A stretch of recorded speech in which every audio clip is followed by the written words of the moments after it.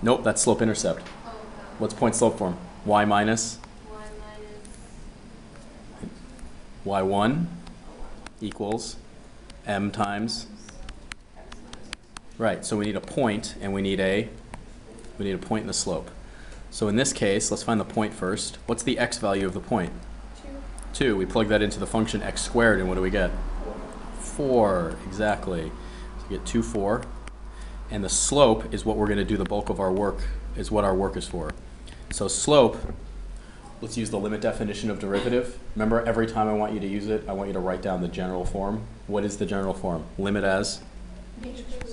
Yeah, this has to be just automatic of f of a plus h minus f of a all over h. By far the most common mistakes are really simple mistakes on this, so let's avoid simple mistakes by writing them down. What does a equal in this case? 2. So we have the limit as h goes to 0 of f of 2 plus h minus f of 2 all over h. What is our function? What is f of x in this case? X squared. So we plug this in and we end up with the limit as h goes to 0 of 2 plus h squared minus 4 all over h. What do we do to the top?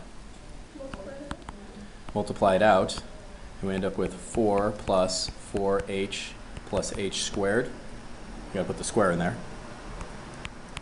Minus 4 over. Does something cancel on top? Yeah, that's the first sign that it's good, right? And then what can you factor out of the top?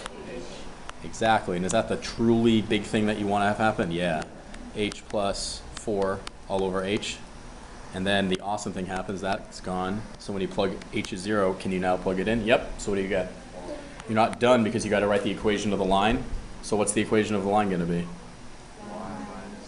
4. Exactly. Nice. Where did all of that come from? This 4 went there. This 2 went there, like that. And then use the purple one, that 4 went right there. That's where all of it came from. Okay, what I'd like you to do now is you're going to do this one on the board with a couple people. 1. Yeah, I mean, if you go to 1 and you go down here, looks like f of 1 is going to be negative 2. What about f of negative 1? 2. Looks like it's 2. So which one's larger? Yeah.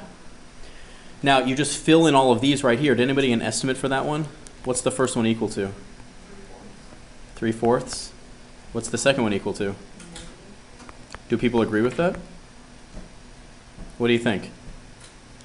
So what's f of 0? 0. F of 0 is 0. Minus, what's f of negative 4? 0. No, it's 0. So what's that whole thing on the left equal to? 0. So this one is 0. What about the one over here? F of 4 is, yeah, it's negative 3, it looks like.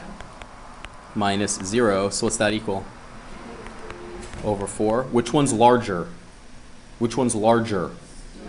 0 is still larger, yes. Can you just draw them on the graph? That's what I did. I just drew. Oh, you drew like the slope? Sure. Yeah, you connected it. You did like, yeah, sure. Why not? Yeah, look, what you're saying is you did this, right? You did like that slope. What's that slope? 0. And then what is this slope? Something negative. So great interpretation. It's fantastic. What about f prime of negative 3? F prime of negative 3 is right about here. What does it look like the derivative is right there? Or negative 3. Where is it? F prime of 3, excuse me. What does it look like the derivative is right there?